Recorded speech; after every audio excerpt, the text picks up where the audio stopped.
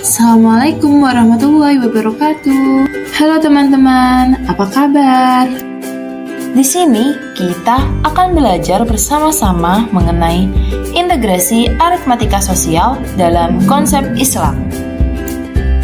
Tahukah kalian siapa sih tokoh muslim yang menemukan ilmu aritmatika?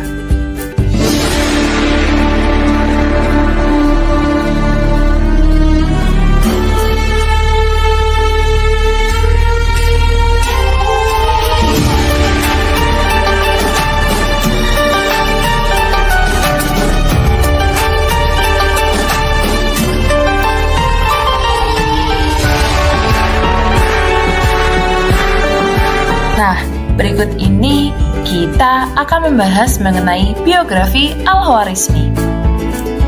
Al-Khwarizmi merupakan seorang muslim ahli matematika yang lahir pada tahun 780 Masehi. Sebutannya diambil dari nama kota kelahirannya yaitu Khwarizmi, yang berlokasi di Asia Tengah. Sekarang nama Al-Khwarizmi diabadikan sebagai salah satu cabang matematika loh, yaitu Aljabar. Selain itu, Al-Khwarizmi menjadi orang Arab pertama yang menulis tentang aritmatika India.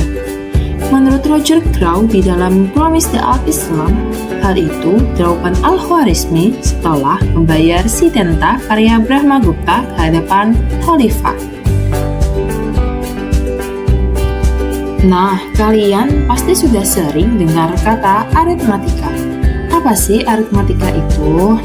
Nah, aritmatika berasal dari bahasa Yunani yang berarti angka. Dulunya disebut ilmu hitung dan merupakan cabang matematika yang mempelajari operasi dasar bilangan.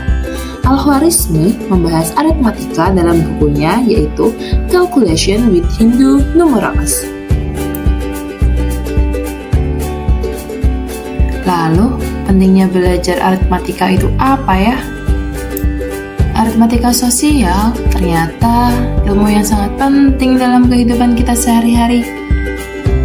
Tanpa kita sadari bahwa kita sudah sering menggunakan ilmu aritmatika sosial, yaitu dalam urusan perhitungan uang.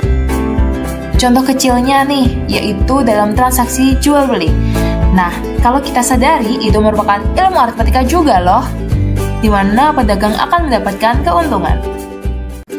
Seperti yang kita ketahui, bahwa pada saat transaksi jual beli, adanya perhitungan untung, rugi, diskon, dan bunga. Bunga yang di sini bukan bunga tanaman ya. Assalamualaikum Ali. Waalaikumsalam Devi. Kamu ada uang 50.000 nggak? Kalau ada, aku mau pinjam dong. Boleh? Boleh, tapi ada bunganya 10% ya. Kok gitu sih Ali? Harusnya tetap 50.000 dong. Jadi bunga yang dimaksud yaitu bala jasa yang diberikan atau dibayar dalam jangka waktu tertentu. Nah, perlu kita ingat ya teman-teman, meskipun begitu, kita sebagai seorang muslim dilarang untuk mengambil bunga atau yang biasanya disebut dalam Islam yaitu riba. Nah, dalam ilmu aritmatika, bunga tabungan juga memiliki rumus loh, yaitu M sebagai tabungan awal, W sebagai lama menabung, P% sebagai suku bunga per tahun. Maka diperoleh rumus yaitu bunga tabungan per tahun sama dengan M kali P%. Bunga tabungan selama N bulan sama dengan M kali P% dikali N per 12. Kemudian jumlah tabungan keseluruhan sama dengan M ditambah bunga tabungan. Adapun contoh soal berikut ini. Ali meminjam uang di bank sebesar 2 juta rupiah dengan bunga tunggalnya yaitu 5% per tahun. Hitunglah besar bunga dan uang yang harus dikembalikan Ali selama 5 tahun. Penyelesaiannya diketahui M mula-mula yaitu 2 juta rupiah.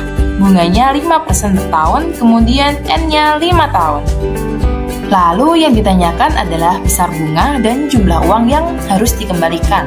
bunga 5 tahun memiliki rumus M kali P persen kali N per 12. 2 juta dikali 0,05 dikali 5 hasilnya Rp500.000.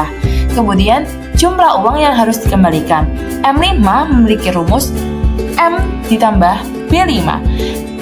2 juta ditambah Rp500.000 hasilnya Rp2.500.000. Jadi dapat disimpulkan bahwa uang yang dikembalikan lebih besar dari uang yang dipinjam. Kenapa bisa begitu ya? Apa itu yang dinamakan riba? Jadi sekecil apapun kelebihan dari pokok utang, maka itu disebut riba.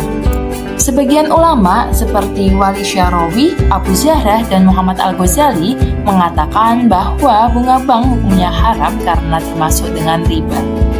Adapun dalil diharamkannya riba dalam firman Allah Subhanahu wa taala dalam surat Al-Baqarah ayat 275.